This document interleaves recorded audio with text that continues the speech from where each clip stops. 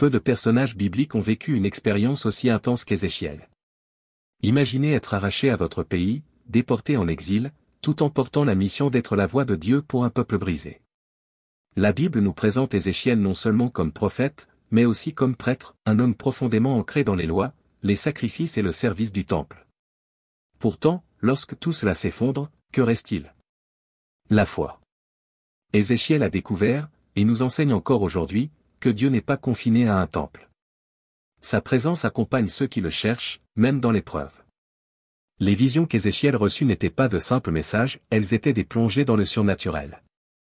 Des chérubins à 4 faces à la vallée des ossements desséchés, chaque vision révélait une facette du plan divin. Ézéchiel nous rappelle que le Saint-Esprit parle de manières inattendues et que ce qui peut sembler étrange à première vue recèle des vérités capables de transformer notre vie. L'Église s'appuie sur ces leçons pour affirmer qu'en dépit du chaos qui nous entoure, Dieu reste souverain. Si vous pensez connaître l'histoire d'Ézéchiel, je vous invite à la redécouvrir sous un nouvel angle. Derrière chaque symbole, chaque vision, se cachent des leçons précieuses. Ce qui arriva à Israël à cette époque résonne dans nos vies aujourd'hui. Après tout, nous avons tous traversé nos propres vallées d'ossements desséchés, attendant que Dieu souffle à nouveau la vie. Ézéchiel prophète et prêtre. Ézéchiel n'était pas simplement un prophète parmi d'autres, il était aussi prêtre, quelqu'un qui connaissait en profondeur chaque détail des lois, des rituels et des responsabilités du temple. Lorsqu'il fut déporté à Babylone en 597 avenue Jésus-Christ, lors de la première invasion de Nabuchodonosor, il emporta avec lui non seulement la nostalgie de sa terre, mais aussi la lourde charge de représenter Dieu auprès d'un peuple en exil. Imaginez la scène, un homme qui servait dans le temple, désormais vivant parmi les exilés, tentant de maintenir la foi vivante là où tout semblait perdu. Ce double rôle donna à Ézéchiel une perspective unique. En tant que prêtre, il comprenait la valeur des sacrifices et l'importance de la pureté du temple. En tant que prophète, il entendait directement la voix de Dieu, annonçant à la fois le jugement et l'espérance. La Bible montre que cette combinaison rendait ses paroles puissantes, un mélange de correction et de consolation. Combien de fois sommes-nous appelés à jouer plusieurs rôles dans la vie? Ézéchiel nous rappelle que, même dans les moments difficiles, le Saint-Esprit équipe ceux qui restent fidèles à leur mission. Être prêtre en Babylonie n'était pas simple. Il n'y avait pas de temple, pas de sacrifice, mais il y avait Dieu. Ézéchiel apprit que la présence divine n'était pas limitée à Jérusalem, elle l'accompagnait partout.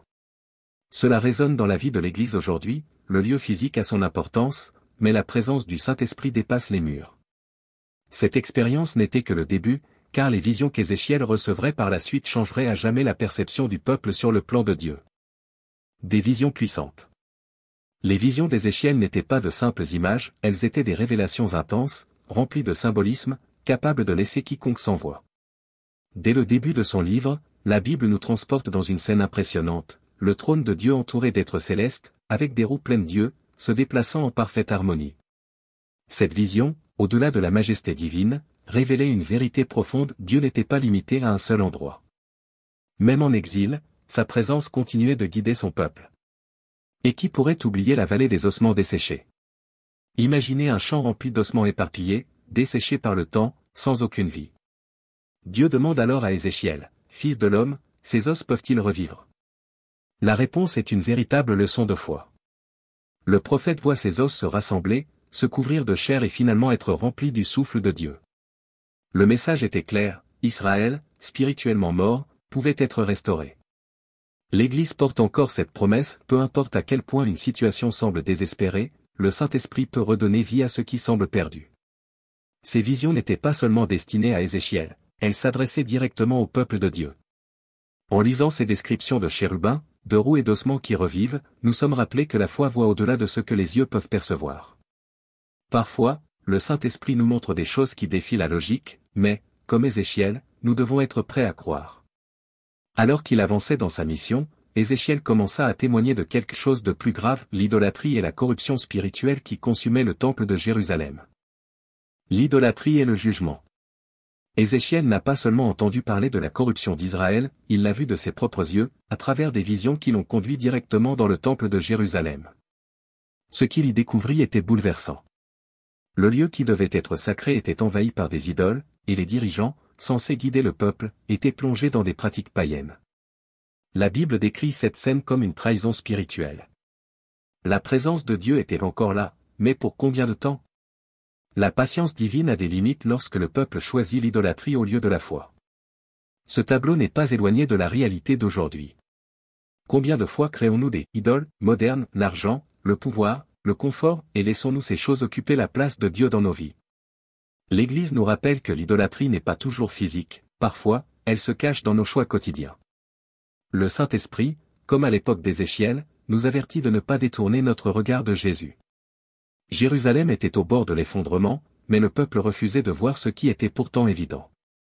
Le jugement était inévitable. Ézéchiel ne se contenta pas de prophétiser, il dramatisa le siège de Jérusalem, montrant clairement que la destruction viendrait comme conséquence de la rébellion. Dieu ne désirait pas la ruine, mais la repentance. Chaque avertissement ignoré rapprochait le temple de sa désolation. Cette leçon résonne encore aujourd'hui, le Saint-Esprit nous appelle sans cesse à la correction, mais la décision finale nous appartient. Tandis qu'Ézéchiel dénonçait cette corruption, il portait également des messages d'avertissement sous des formes inattendues. Signe et prophétie. Ézéchiel n'était pas un prophète ordinaire, il ne se contentait pas de parler, il incarnait littéralement les messages que Dieu lui confiait. La Bible raconte qu'un jour, il construisit une maquette de Jérusalem et simula un siège contre la ville, illustrant clairement ce qui arriverait si le peuple ne se repentait pas. À un autre moment, il se rasa la tête et la barbe, divisant les cheveux en 3 parties, chacune symbolisant le destin des habitants de Jérusalem. C'était comme si Dieu utilisait Ézéchiel comme une toile vivante, peignant des scènes de jugement et d'espoir. Ces actes symboliques captaient l'attention parce qu'ils sortaient de l'ordinaire. Parfois, les mots ne suffisent pas pour transmettre l'urgence d'une situation. Ézéchiel l'avait compris. Il savait que le Saint-Esprit utilise différentes manières pour atteindre le cœur du peuple. L'Église aujourd'hui continue d'employer des symboles, le pain et le vin de la scène, le baptême, pour communiquer des vérités profondes. Dieu parle, mais il nous appartient d'interpréter ces signes et d'y répondre avec foi. Les prophéties d'Ézéchiel n'annonçaient pas uniquement la destruction. Même lorsqu'il incarnait le jugement, il y avait derrière chaque geste une promesse de restauration. Le Saint-Esprit n'agit jamais simplement pour condamner, mais pour renouveler. Tandis qu'Ézéchiel représentait la chute de Jérusalem, il entrevoyait déjà, dans des visions, la possibilité d'un avenir restauré. Chaque signal de jugement contenait une lueur d'espoir, une espérance qui s'illuminera encore plus dans la célèbre vision de la vallée des ossements desséchés. Promesse de restauration. Parmi les visions les plus marquantes d'Ézéchiel, celle de la vallée des ossements desséchés est sans doute la plus puissante. La Bible nous transporte dans un champ rempli d'ossements éparpillés, où tout semble perdu. Dieu met alors Ézéchiel au défi avec cette question, ces os peuvent-ils revivre? Sans prétendre connaître la réponse, Ézéchiel répond avec humilité, Seigneur, c'est toi qui le sais. C'est dans cet échange que le Saint-Esprit insuffle la vie à ces os, les rassemblant, les couvrant de chair et les relevant en une armée puissante. Cette vision n'était pas qu'une illustration spectaculaire, c'était un message direct à Israël. Comme ces os, le peuple de Dieu était spirituellement mort, sans espoir ni direction. Mais le Saint-Esprit avait d'autres projets. L'Église proclame encore cette promesse, peu importe la situation, Jésus est capable de restaurer ce qui semble irrémédiablement perdu. Parfois, la restauration est progressive, un os à la fois, mais chaque pas de foi nous rapproche de la promesse divine. Ézéchiel vit plus qu'une simple renaissance physique, il fut témoin d'une transformation spirituelle. La vallée autrefois stérile devint un symbole éclatant de la fidélité de Dieu à ne jamais abandonner son peuple. C'est ainsi que le Saint-Esprit agit encore aujourd'hui. Même dans les déserts les plus arides de nos vies, il souffle une vie nouvelle. La promesse de restauration ne concernait pas seulement Israël, elle s'étend à tous ceux qui cherchent Dieu. Ce cycle de jugement et d'espérance illustré par Ézéchiel reflète encore la réalité spirituelle de notre époque. L'histoire d'Ézéchiel n'est pas un simple récit du passé, c'est un miroir de notre propre parcours spirituel. Il nous rappelle que Dieu n'abandonne jamais ce qui est brisé. Qui n'a jamais ressenti un éloignement de Dieu, comme un exil intérieur? Mais tout comme Israël, nous sommes appelés à revenir. La Bible nous enseigne que, peu importe la gravité de la situation, le Saint-Esprit est capable de redonner vie à ce qui semble perdu. Alors, où sont vos ossements desséchés, aujourd'hui? Y a-t-il des domaines de votre vie que vous considérez comme irrécupérables?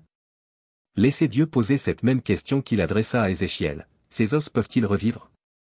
L'Église nous rappelle que, par Jésus, la restauration est toujours possible. Chaque prière, chaque pas de foi est une invitation au Saint-Esprit à agir puissamment. Si ce message a résonné en vous, partagez-le avec quelqu'un qui en a besoin. Et bien sûr, abonnez-vous à la chaîne et activez les notifications pour continuer à explorer la parole de Dieu.